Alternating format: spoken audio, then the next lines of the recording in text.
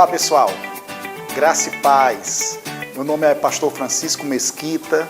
Eu quero te convidar, querido, para que tu, nesse dia, abra teu coração, incline os teus ouvidos e atente para aquilo que Deus vai estar ministrando a você de forma sobrenatural.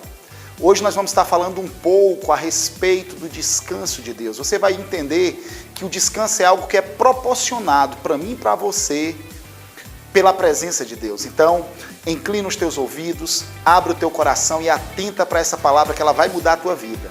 Deus te abençoe.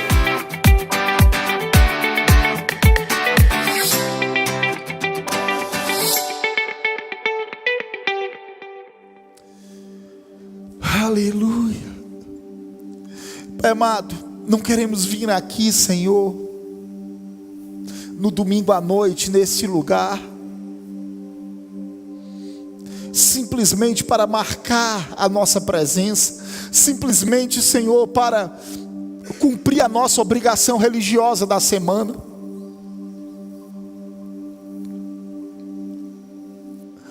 Mas, Senhor, nós queremos vir aqui, Pai, porque nós temos fome da Tua presença, porque amamos a Tua presença, porque amamos os irmãos, porque amamos a Tua verdade, porque amamos, Pai amado, a comunhão.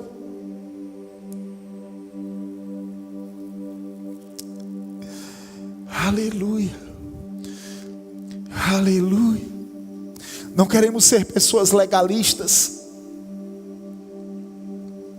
queremos ser cristãos autênticos, Pai, que fazem jus, Senhor, ao nome cristão, que significa pequeno Cristo, parecido com Cristo. Senhor, esse é o intuito, Pai amado, esta é a razão da nossa existência, é manifestar Jesus através de nós, é sermos, Pai amado, uma lâmpada, Pai amado, que é um referencial para um mundo, Pai amado, que está mergulhado em trevas. É sermos sal, Pai amado, em um mundo, Senhor, que está em um estágio avançado de putrefação, Pai. Nós somos a solução, Senhor. Nós somos o clamor deste mundo, Pai. Nós somos a Tua igreja, Senhor, coluna e baluarte da verdade, Pai. É isso que o Senhor falou usando a vida do Teu filho Paulo, escrevendo a Timóteo, Pai amado, que nós somos a igreja do Deus vivo, coluna e baluarte da verdade, Pai.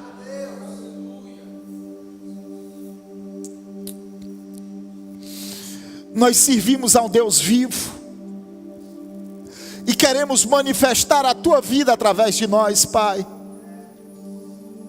Queremos viver aquilo, Pai amado, que o Senhor sonhou, aquilo que o Senhor planejou, aquilo que o Senhor preparou para cada um de nós.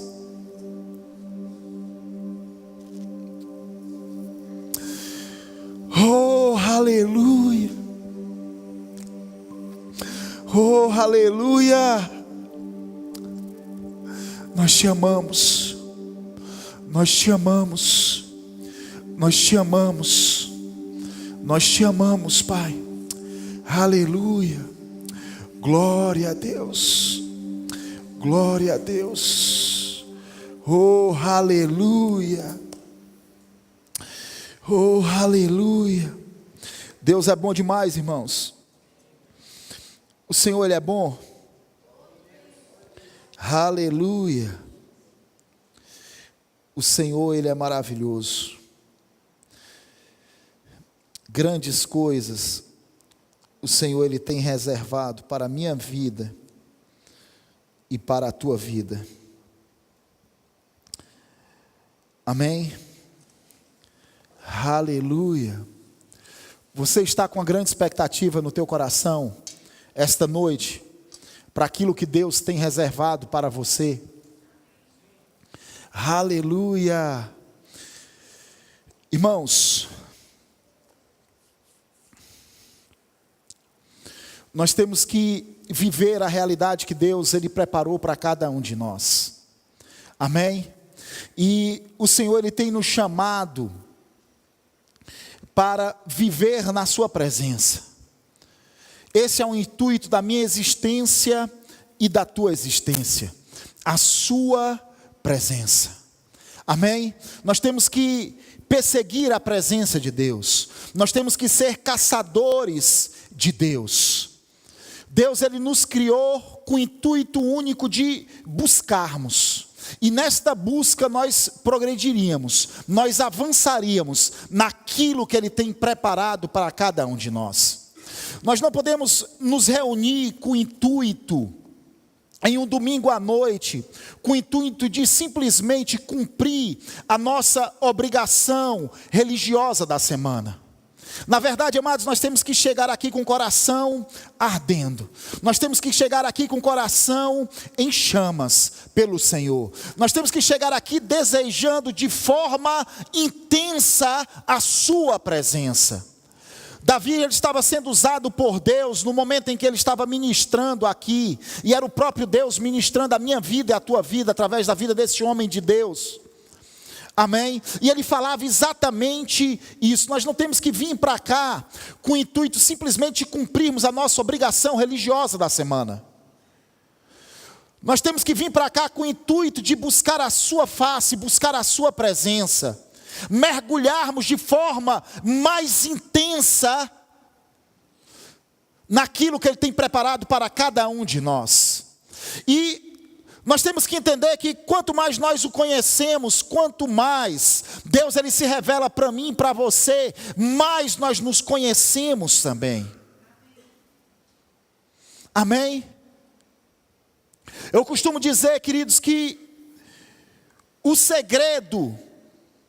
dos segredos para o crescimento espiritual é a fome. Nós temos que ter fome de Deus. Porque aquele que tem fome, ele será saciado. Deus, ele vai saciar. Nós vemos Pedro, ele falando essa mesma verdade. Ele diz assim: desejai ardentemente, como crianças recém-nascidas, o genuíno leite espiritual, pelo qual vos será dado crescimento para a vida eterna. Você já viu um bebê desejando o leite da sua mãe? Aleluia. Amém? Por mais que o quarto do bebê, hoje eu sei que nós temos toda a tecnologia, nós temos babás eletrônicas, mas por mais que o quarto do bebê, ele seja afastado do quarto da mãe, quando ele está com fome, quando ele acorda, ele começa a chorar, a mãe vai escutar. Porque se existe algo que é poderoso, é a garganta de um bebê com fome. Sim ou não, irmãos? E ele chora como se estivesse desesperado por aquele leite. E essa é a comparação que Pedro, movido pelo Espírito de Deus, ele faz em relação aos cristãos. O posicionamento dos cristãos em relação à palavra. Ele diz que devem desejar ardentemente, como crianças recém-nascidas. Nós não podemos agir com indiferença em relação a Deus e esperarmos mergulhar na sua presença. Amém? Como eu falei, nós temos que ser caçadores de Deus. Nós temos que desejar a sua presença. Nós temos que desejar de forma profunda em nossos corações em conhecê-lo. Meu querido, Deus, Ele quer se revelar a mim e a você. Essa é a vontade de Deus para a minha vida e para a tua vida. Ele quer se revelar.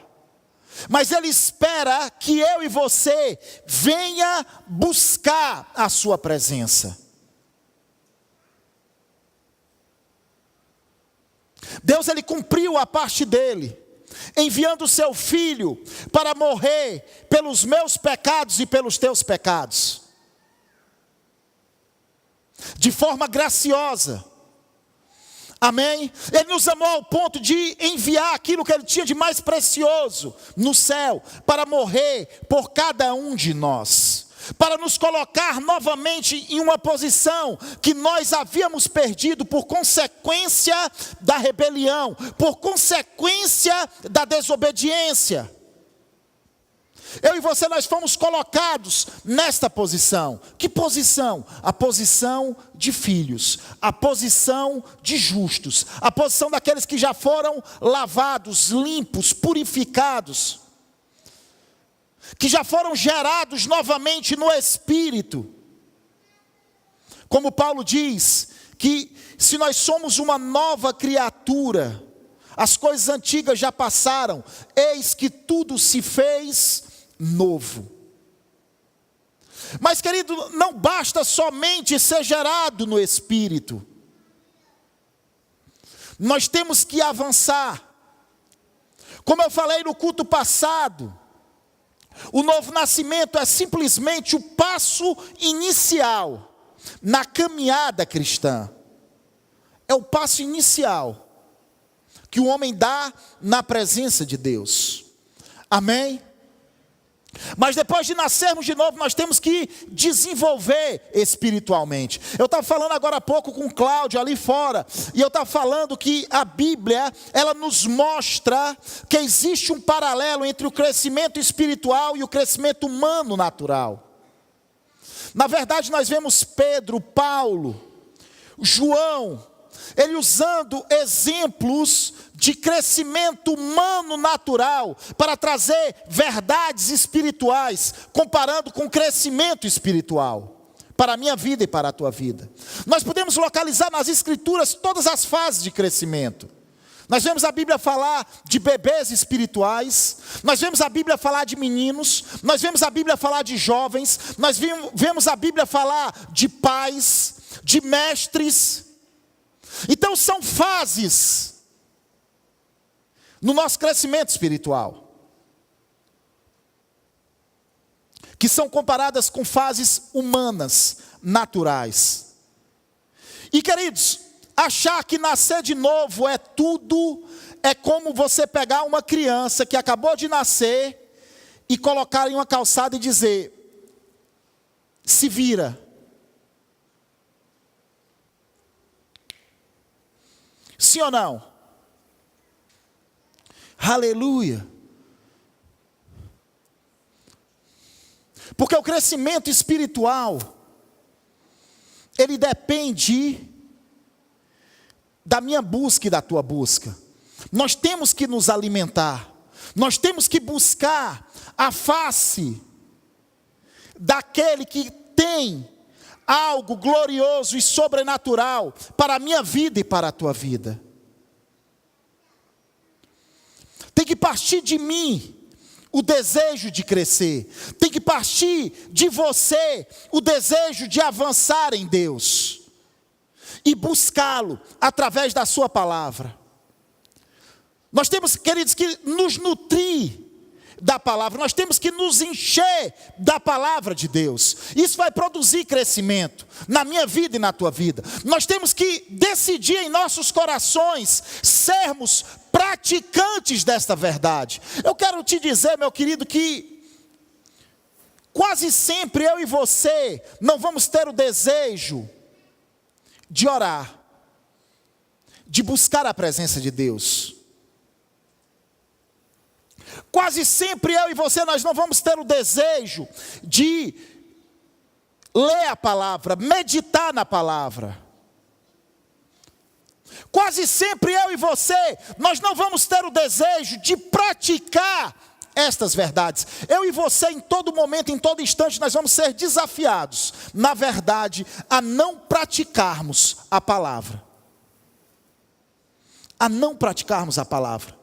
E é através da prática que eu e você vamos ser aperfeiçoados. É através da prática que a minha musculatura espiritual e a tua musculatura espiritual vai ser desenvolvida, como nós vemos Paulo nos ensinando. Ou o escritor de Hebreus, no capítulo 5 da carta aos Hebreus, ele fala que os adultos são aqueles que pela prática, Os adultos são aqueles que praticam. Os adultos são aqueles que vivem. Em que nível eu tenho que viver? No nível em que eu estou. Como eu pratico a palavra? Queridos, a verdade que chegar ao meu coração, eu tenho que colocar em prática. Se você começa a entender que o Senhor, Ele é aquele que cura enfermos, através da imposição de mãos, através da tua oração com imposição de mãos, o que é que eu tenho que fazer, o que é que você tem que fazer? Nós temos que começar a orar pelos enfermos, impondo as mãos, sem medo, se a pessoa ela vai ser curada ou não. Amém? Eu vou simplesmente obedecer aquilo que eu tenho aprendido como verdade nas Escrituras. Mesmo que eu não esteja sentindo a presença de Deus, mesmo que eu não esteja com vontade de fazer aquilo, eu posso orar por qualquer enfermo, impor as mãos, como o Mestre Jesus, Ele nos ensinou, que nós fôssemos por toda parte, pregando o Evangelho da graça de Cristo, impondo sobre as nossas mãos, sobre os enfermos, e orando e mandando que as enfermidades saíssem em nome de Jesus, expelindo demônios, amém? Esta é a função da igreja, e eu e você, nós somos a igreja. Nós somos a igreja. Nós temos que parar um pouco de olhar para os nossos problemas, para os nossos desafios, meu querido, e começar a olhar para o problema do outro e ter compaixão e misericórdia do problema do outro. A Bíblia fala algo interessante, que Deus ele mudou a sorte de Jó, enquanto este orava pelos seus amigos. Aqueles mesmos amigos que passaram os 42 capítulos do livro de Jó, acusando Jó, condenando Jó. Amém? A Bíblia fala que quando Jó, ele orava pelos seus amigos, a sua sorte foi mudada. A sua sorte foi mudada. Vamos parar de olhar para os problemas e vamos começar a focar naquele que é a solução. Qual é a solução da minha vida e da tua vida? É o Senhor. Amém? Como é que nós focamos no Senhor? Nos enchendo da palavra. Paulo, ele escrevendo aos Colossenses, ele diz que a palavra ela deve habitar ricamente na minha vida e na tua vida. Como a palavra ela deve habitar na minha vida e na tua vida? De forma abundante. Eu tenho que estar cheio da palavra. Eu tenho que meditar na palavra. Eu tenho que ler a palavra. E amados, quando eu falo a respeito de se alimentar da palavra, eu não estou dizendo que você deve simplesmente fazer o seu plano de leitura diário. Fazer a sua leitura devocional, a sua obrigação religiosa do dia. Porque quando nós lemos a palavra desta forma, nós não extraímos praticamente nada. Quantas vezes eu já li vários versículos da Bíblia, eu terminei de ler, meu querido, e não sabia o que tinha lido. Será que isso acontece apenas comigo? Passo o dia fazendo muitas atividades, mas eu tenho a minha obrigação diária ali, né? Para ler a Bíblia de Gênesis a Apocalipse em um ano. Tenho que ler 3 capítulos da Bíblia. Paralelo a isso eu leio 5 capítulos de Salmo, 1 capítulo de Provérbio e leio o Novo Testamento também, paralelo. E fora, mas aí às vezes eu fico lá e chega no final do dia eu digo assim, rapaz, eu tenho a minha obrigação religiosa. E começo a ler a Bíblia. E às vezes, queridos, eu termino de ler aquilo, eu não sei o que foi que eu li. Eu termino de ler aquelas porções das Escrituras e eu não sei o que foi que eu li. Sabe por que eu não sei o que foi que eu li? Por causa da motivação errada do meu coração. Eu não me aproximei do Senhor, eu não me voltei para Ele, eu não me voltei para o Senhor com temor, com tremor, com desejo de buscar a sua face, com desejo de extrair algo vital dEle para mim.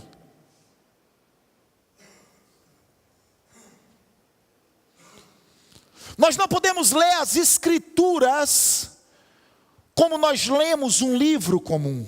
Nós não podemos ler livros que são inspirados pelo Espírito de Deus. Eu estou falando agora de uma literatura complementar, que venha complementar a tua leitura nas Escrituras.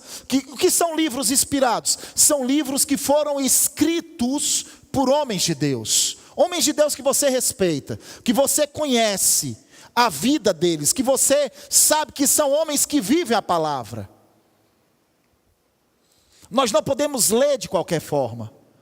Quando eu vejo que eu estou simplesmente cumprindo a minha obrigação religiosa, lendo as Escrituras, sabe o que eu faço? Eu paro, eu oro um pouco e eu volto para o início novamente.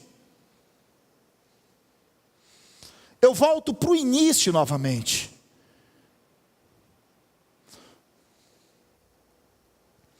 Amém? Porque eu sei que algo vital vai saltar dali e vai te alimentar. Sabe quando é que você lê a Bíblia e você sabe que leu de forma certa, correta? É quando você sai alimentado. É quando aquela palavra ela deixa de ser simplesmente o logos e ela passa a ser o rema. O que é a palavra rema? É a palavra revelada. É aquela palavra que salta aos teus olhos. É aquela palavra que é projetada para fora daquele livro, entendeu? É aquilo que você lê e você diz: eita, Deus falou comigo agora.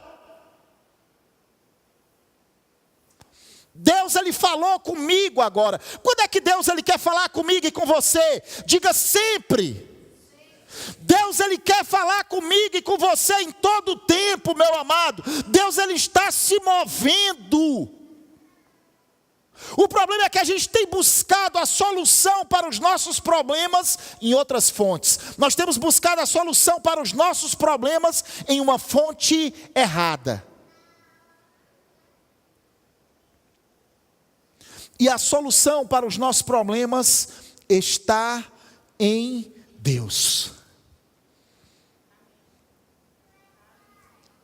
Nós temos que desejar a sua presença. É a presença de Deus que vai proporcionar descanso para a minha vida e para a tua vida. Nós vemos a experiência do povo de Israel no deserto. Quando Moisés ele foi levantado por Deus para libertar o povo do Egito, ele chegava para Faraó e diz assim: liberta o povo de Deus para adorar e sacrificar ao Senhor no deserto. E na verdade, querido, esse era o primeiro ponto da libertação. Sabe por quê? Porque no meio do caminho, depois do Mar Vermelho, que representou o batismo, que é uma figura do batismo, o povo foi emergido nas águas e saiu do outro lado, sim ou não? Quando eles saíram do Egito, sendo conduzido por Moisés, aquilo representa o batismo. Quando aquele mar ele se fechou, Faraó e os seus exércitos foram sepultados naquele mar. E o último vínculo de escravidão que existia entre o povo judeu e o Egito ficou no Mar Vermelho. É exatamente, é um paralelo que acontece com a minha vida e com a tua vida como cristão. Amém? Quando nós nascemos de novo, depois do novo nascimento, nós passamos pelo batismo nas águas. O que é o batismo nas águas? É uma representação física de uma verdade espiritual que se cumpriu na minha vida e na tua vida no momento em que nós nascemos de novo. O que foi que se cumpriu na minha vida e na tua vida? Nós morremos, fomos sepultados e surgimos como uma nova criatura em Cristo Jesus. É a morte e o sepultamento do velho homem e o surgimento da nova criatura em Cristo. Essa é a representação do batismo. E a Bíblia fala que todos nós, por intermédio de um só Espírito, fomos batizados no seu corpo. Fomos batizados no seu corpo. Nós passamos a fazer parte dele. Aquele velho homem, ele já não existe mais. Por isso, meu querido, que não existe mais condenação para a minha vida e para a tua vida, para a vida daqueles que estão em Cristo Jesus. Então, o Mar Vermelho era o último vínculo de escravidão que existia entre o povo judeu e Faraó no Egito.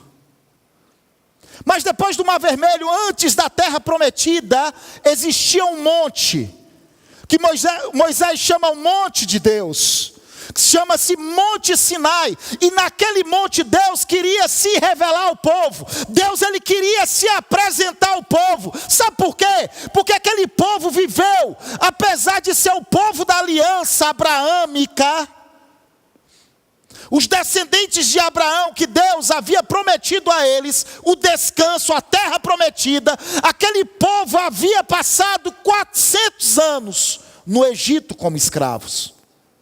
Aquele povo não conhecia o seu Deus, Jeová.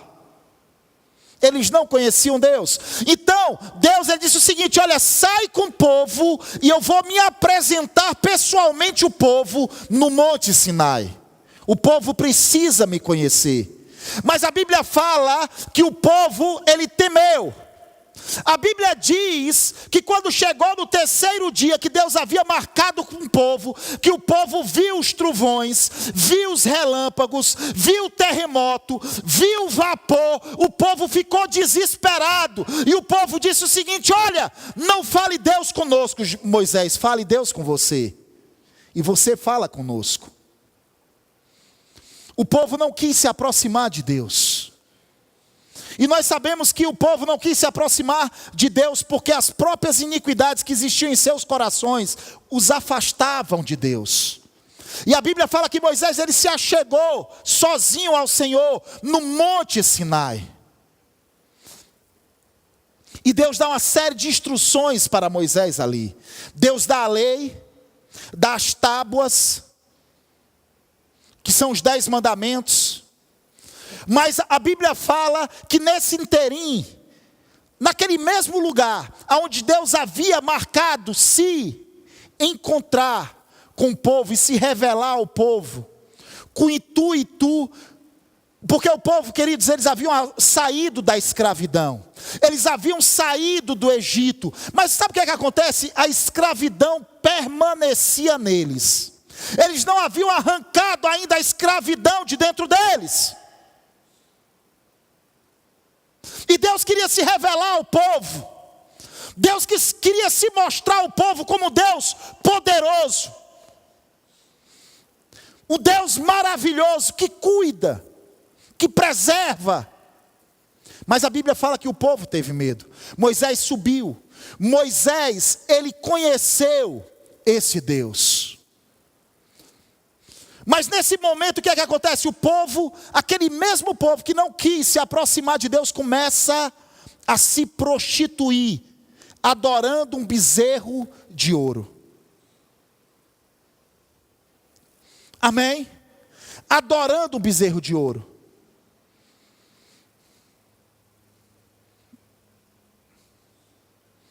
O mesmo Deus, o mesmo povo que temeu a Deus, que não quis se aproximar de Deus, pega as bênçãos que Deus havia proporcionado para eles, porque a Bíblia fala que eles receberam a paga dos 400 anos de escravidão. A Bíblia fala que eles despojaram o Egito.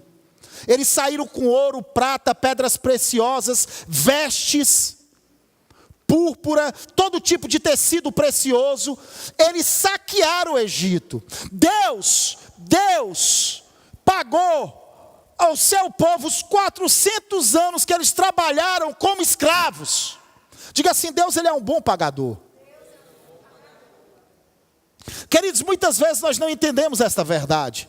Muitas vezes nós olhamos para o imediato, nós olhamos para aquilo que está em volta da nossa vida. E muitas vezes nós começamos a considerar, olhando as circunstâncias e as situações que estão se levantando contra nós, e nós dizemos o seguinte: rapaz, será que eu estou perdendo tempo? Rapaz, por que parece que nada está acontecendo? Deixa eu te dizer, querido, só parece. Só parece. Vale a pena servir ao Senhor. Vale a pena ser fiel a Deus. Vale a pena perseverar na verdade, perseverar na justiça.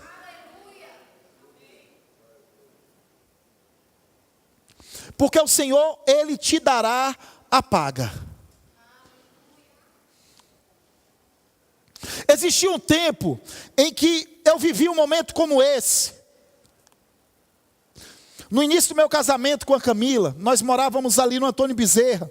E eu orando, uma vez ao Senhor e eu buscando o Senhor, porque nós estávamos passando uma situação delicada em todas as áreas da nossa vida. Financeira, início de vida, a Camila grávida. É um novo início de casamento, 6 meses de casado. Muitos desafios. E eu comecei a questionar, Senhor,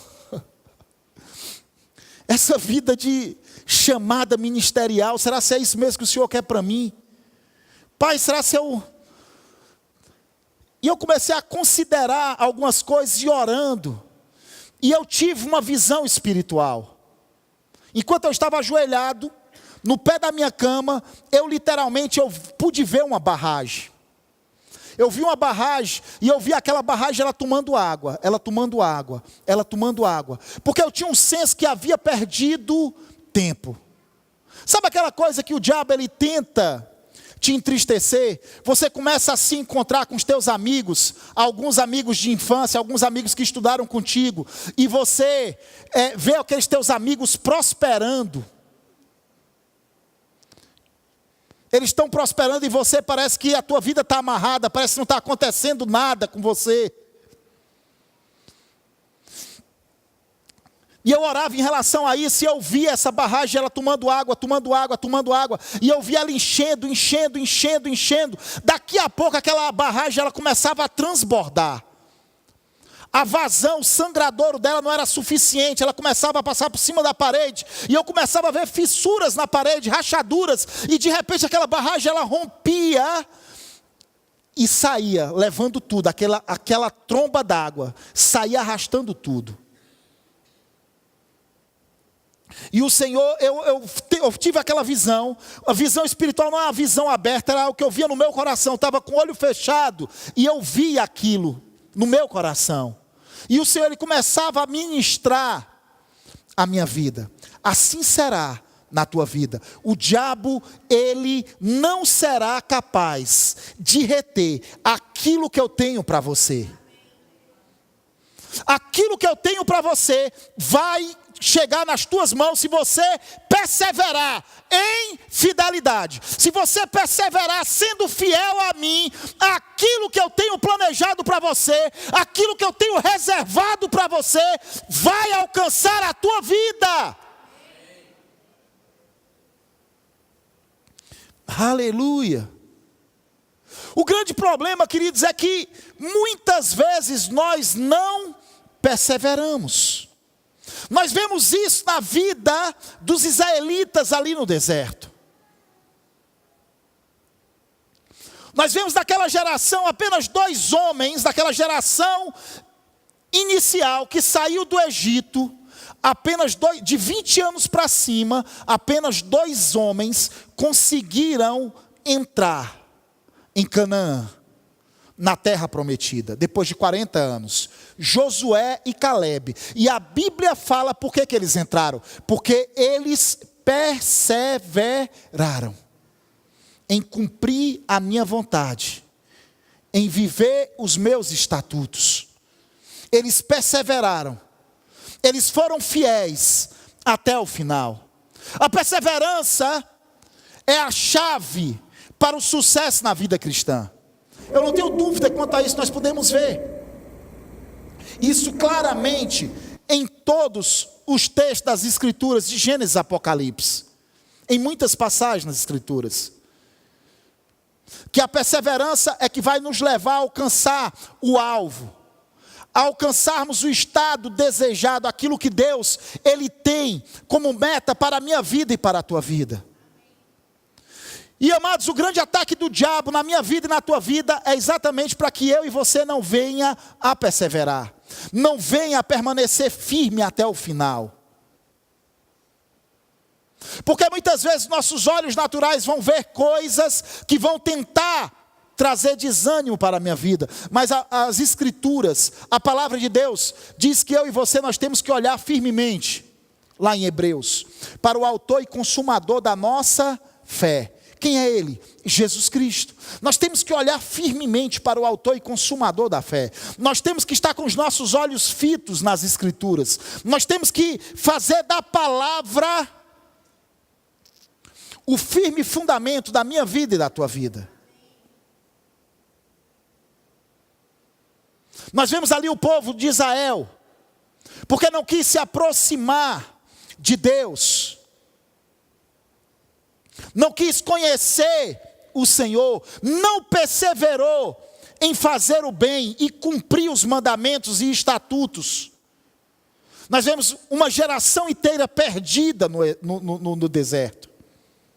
Nós vemos uma geração inteira de homens que ficaram prostrados no deserto, porque não perseveraram na prática do bem, na prática das Escrituras, na prática dos estatutos, naquilo que Deus tinha como ordenança para as suas vidas. Aleluia! O Senhor, Ele tem algo grandioso para mim e para você, algo sobrenatural. Amém? Porque o nosso Deus, Ele tem uma visão grande a nosso respeito, e você tem que entender isso. Mas, amados, você tem que alinhar a tua visão à visão dEle. Você tem que buscar o coração de Deus. Você deve caçar o coração de Deus. Qual o tipo de relacionamento que Deus quer ter comigo e com você? Um relacionamento pessoal. Amém? Ele te conhece de forma profunda, e Ele quer que você o conheça. Mas, queridos, tem que existir fome na minha vida e na tua vida. Por que Moisés, ele buscou o Senhor? Porque existia fome na vida de Moisés. Moisés, ele desejava conhecer o Senhor. Eu gostaria de ler um texto com você, que tem lá em Deuteronômios, no capítulo 33. Na verdade é Êxodo.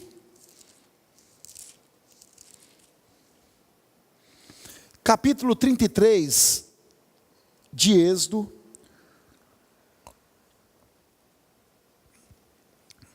A partir do versículo 13. Vamos ler a partir do verso 12. Diz assim: Disse Moisés ao Senhor: Tu me dizes, faze subir este povo, porém não me deste saber quem hás de enviar comigo. Contudo disseste, conheço-te pelo teu nome, também achaste graça aos meus olhos. Agora, pois, se achei graça aos teus olhos, rogo-te que me faças saber neste momento o teu caminho. Diga, o teu caminho. Para que eu te conheça e ache graça aos teus olhos, e considera que esta nação é teu povo. Aí o verso 14 diz: Respondeu-lhe, a minha presença irá contigo, e eu te darei descanso. Então lhe disse Moisés: Se a tua presença não vai comigo, não nos faça subir deste lugar. Meu amado, se você for ver o contexto desse texto, é exatamente o momento em que Deus fala com Moisés para ele descer, porque o povo havia se prostituído, o povo estava adorando a um bezerro de ouro, ou seja, eles pegaram as bênçãos que eles tinham despojado o Egito e fundiram um Deus para eles, porque eles começaram a considerar, olha, aquele homem Moisés, já está com 40 dias que ele subiu, ele já é um senhor de 80 anos de idade, ele deve ter morrido lá por cima do monte. Então Arão, forja um Deus, faz um Deus que nos leve de volta ao Egito. E a Bíblia fala que eles fizeram um simulacro, de um herbívoro, de um animal, de um bezerro, que come erva, e eles disseram: este é o nosso Senhor. Esta era a ideia de Deus que existia dentro deles. Um bezerro, um comedor de capim. Aleluia. E Deus ele fala para Moisés, e ele diz assim: olha, desce, que o povo se prostituiu, o povo já se desviou. A Bíblia fala que Moisés ele desce, ele mata os idólatras. Mas acontece que no início do capítulo 33, Deus diz assim: olha, vocês vão subir, vocês vão para a terra prometida, mas eu não vou no meio de vocês não. Porque vocês são um povo de dura cerviz. Se eu for no meio de vocês, vocês vão ser consumidos pela minha presença. E aí nós vemos esse diálogo de Moisés com o Senhor. Moisés ele se volta para o Senhor e ele diz assim: olha Senhor, nós desejamos a tua presença. E o interessante, queridos, é que Moisés ele se aproxima de Deus de que maneira? Usando a sua palavra. Moisés ele pega palavras que Deus havia falado a respeito dele. E Moisés pega essas palavras e apresenta diante do Senhor. Como é que eu e você nós devemos nos aproximar de Deus? Através da sua palavra. Sabe por quê? Porque em todas as suas promessas tem neles o sim, porquanto também por ele é o amém, para a glória do seu nome. Deus ele é totalmente compromissado com a sua palavra. A palavra de Deus é a extensão do próprio Deus. Deus ele não pode ser infiel de maneira nenhuma. Ele não pode ir contra aquilo que ele já falou. Amém? E Moisés, ele pega a palavra de Deus e pega Deus pela sua própria palavra. Muitas vezes nós vemos esses diálogos de Deus com Moisés e nós achamos que Moisés ele tem mais persuasão do que Deus. Sim ou não, irmãos? Porque nós vemos em algumas situações, Deus ele falando alguma coisa e é como se Deus ele voltasse atrás. Mas quantos sabem que não é uma questão de persuasão, é uma questão de tipo de relacionamento que Deus estabeleceu em relação ao homem. Amém? Como eu devo me relacionar com Deus? Através da sua palavra. Deus ele desce ao meu nível, ao teu nível, para nos conduzir ao nível dele. Deus ele sempre vai ceder a sua palavra. Ele decidiu que ele se relacionaria com o homem desta forma. Amém? Quando nós apresentamos, não é que Deus ele não conheça a sua palavra, ele conhece. Mas ele quer, o intuito não é Deus não conhecer a sua palavra, é o homem. Deus ele quer que o homem conheça a sua palavra e use a sua palavra para se relacionar com ele. Ele é fiel à sua palavra. E aqui nós vemos Deus mudando de opinião. Ele primeiro falou que não iria no meio do povo. Moisés apresenta a palavra, se aproxima dele com a palavra. E nós vemos depois Deus dizendo: eu irei no seu meio, no meio de vós. Moisés ele disse: se você não for no nosso meio, eu não irei. E o Senhor ele diz: eu vou, e a minha presença proporcionará descanso para a vida de vocês. Quando o povo de Israel entrou na terra de Canaã, eles fizeram a tenda da congregação em um local que eles chamaram de Siló, que era na região de Efraim. Você sabe o que é que significa Siló? Lugar de descanso. Por que Siló era um lugar de descanso? Porque a presença de Deus estava lá. Porque a arca da aliança estava lá. Aonde estava a arca, estava o descanso.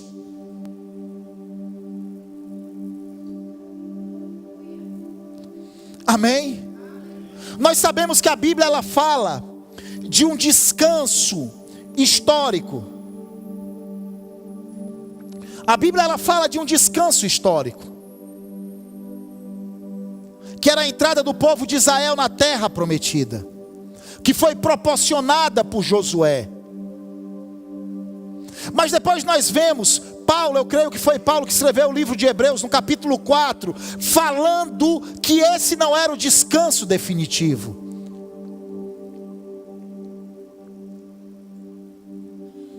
Amém? Que esse não era o descanso definitivo. O que é que Paulo está dizendo? Olha, o descanso que Deus havia prometido para o seu povo não era a terra de Canaã. O descanso que Deus havia prometido para o seu povo não é o 7º dia, o sábado. Na verdade, tudo isso é uma figura daquilo que se cumpriu em Cristo. Nós vemos Deus, no capítulo 1 de Gênesis, Ele criando todas as coisas. E o interessante é que no findar de cada dia, a Bíblia dizia, houve tarde, houve manhã, tarde, o primeiro dia. Houve manhã, tarde, o segundo dia. E assim vai sucessivamente. Mas quando chega lá no capítulo 2, no verso 1, que a Bíblia fala que Deus, Ele completou a obra. Ele completou a obra. Deus, Ele concluiu a obra de forma perfeita. Ou seja, Deus, Ele criou todas as coisas. A Bíblia diz que Deus, Ele descansou. E a Bíblia fala, e Deus, Ele santificou o 7º dia. E o interessante, amados, é que depois que a Bíblia fala que Deus, Ele descansou, não tem mais continuidade. A Bíblia não diz, houve manhã, tarde, o 8º dia. Para ali, para no 7º dia, para no descanso. Aquele dia ele foi santificado. O que era o descanso? Por que Deus, Ele descansou, irmãos? Será se Deus, depois de uma jornada pesada de criação, 6 dias trabalhando ininterruptamente, Ele estava estressado, Ele precisava descansar? O que é que significa o descanso? O que é que significa o descanso? O descanso significa, sabe o que, meu querido? O completar da obra. O completar perfeito da obra. Por que Deus, Ele descansou? Porque não existia mais nada para ser feito. Ele parou porque Ele fez de forma perfeita aquilo que precisava ser feito.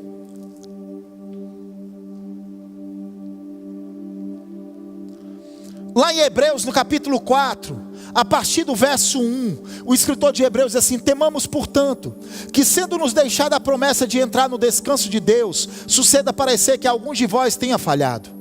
Porque também a nós foram anunciadas as boas novas, como se deu com eles. Mas a palavra que ouviram não lhes aproveitou, visto não ter sido acompanhada pela fé naqueles que ouviram. Nós, porém, que cremos, entramos no descanso, conforme Deus tem dito: assim jurei na minha ira, não entrarão no meu descanso, embora certamente as obras estivessem sido concluídas desde a fundação do mundo. Agora, em certo lugar, assim disse no tocante ao 7º dia: e descansou Deus no 7º dia de todas as obras que fizeram.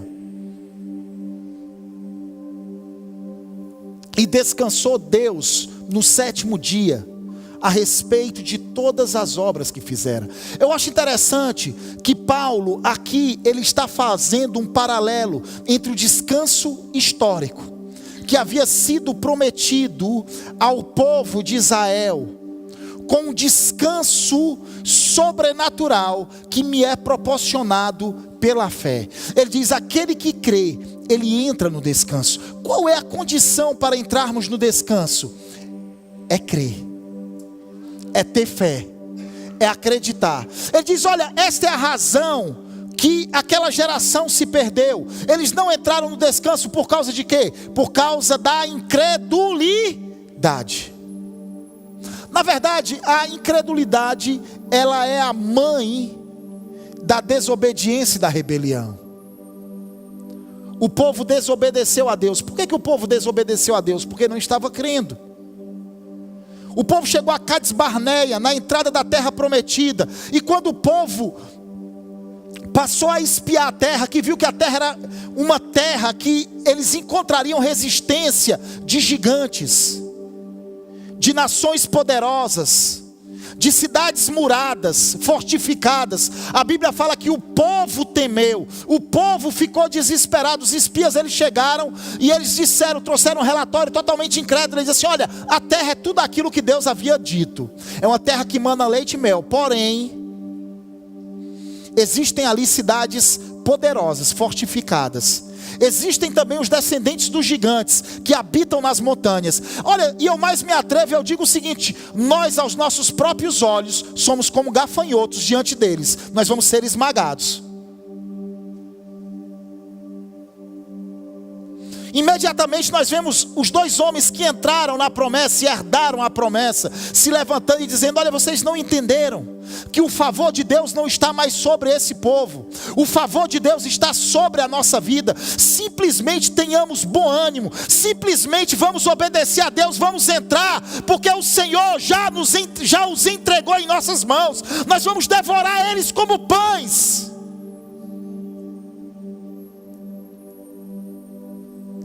Nós vemos dois relatórios, um relatório da fé e o relatório da incredulidade.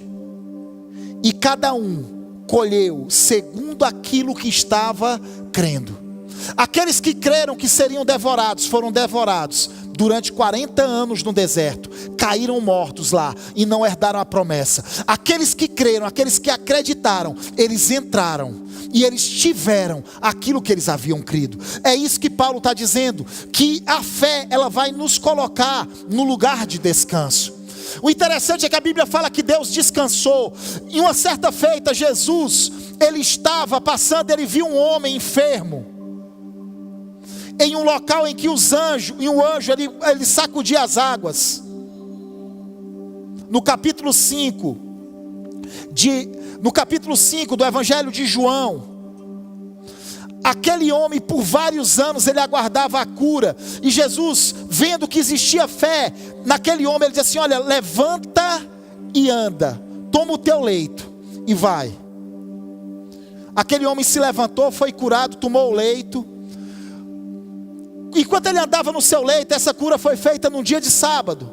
Enquanto ele andava com o seu leito, ele foi arguido pelos fariseus. Eles disseram: olha, você está fazendo algo que é ilícito no dia de sábado, você está andando com o seu leito. Aí aquele homem disse o seguinte: olha, quem me curou mandou eu me levantar, tomar o leito e andar. Quem foi que te curou? A priori ele não sabia quem o havia curado. Depois ele encontra Jesus no templo e ele diz assim: aquele homem ali me curou.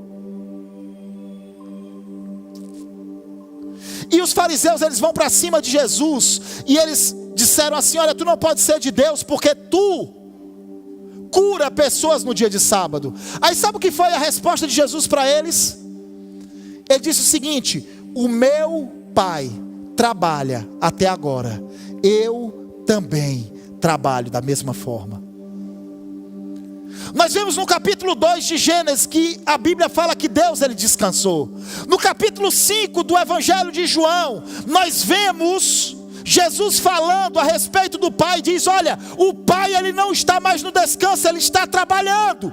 Algo fez o Pai sair do descanso e começar a trabalhar. Nós vimos que o descanso significa o quê? O completar da obra, a consumação da obra de forma perfeita. Quando Deus orientou o povo de Israel para fazer o tabernáculo no deserto, que Deus ele dá inspiração para o povo e ele faz com que o povo construa a mobília.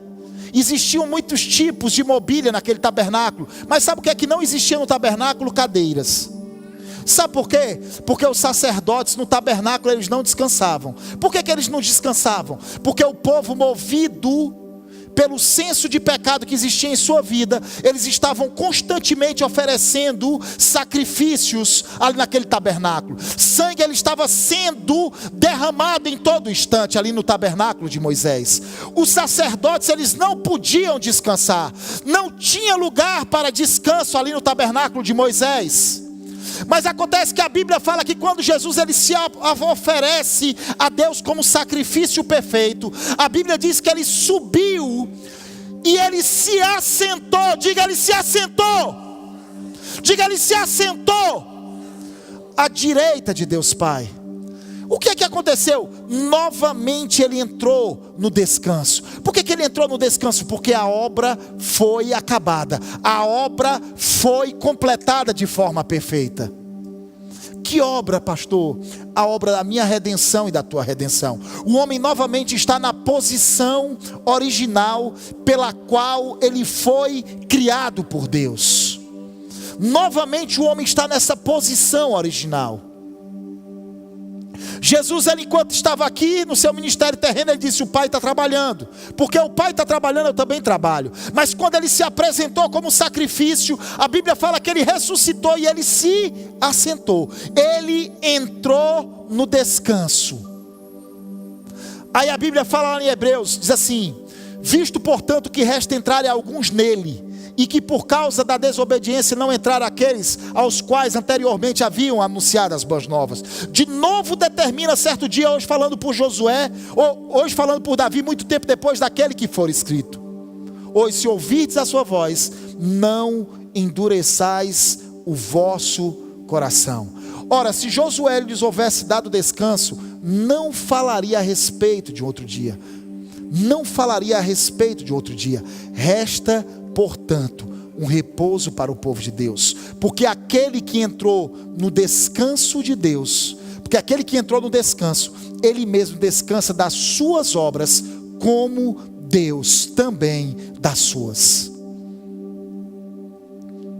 A Bíblia fala que aquele que entrou no descanso de Deus, descansa das suas obras, como Deus também descansou das suas. Meu querido, há descanso para a minha vida e para a tua vida. E esse descanso, ele está na fé. Por isso que o Senhor, ele falou a Josué, ele falou para Moisés: desculpa, a minha presença vai contigo, e a minha presença te proporcionará descanso. A minha presença te proporcionará descanso. Agora, o descanso de Deus proposto não é você ficar inerte, não fazer nada. É você ter a certeza no teu coração de que tudo aquilo que Deus sonhou para você se cumprirá, se você for fiel, independente das circunstâncias, independente das adversidades, independente dos problemas que se levantam contra você. Se você permanecer firme, se você ficar firme na palavra, você vai usufruir de cada um deles.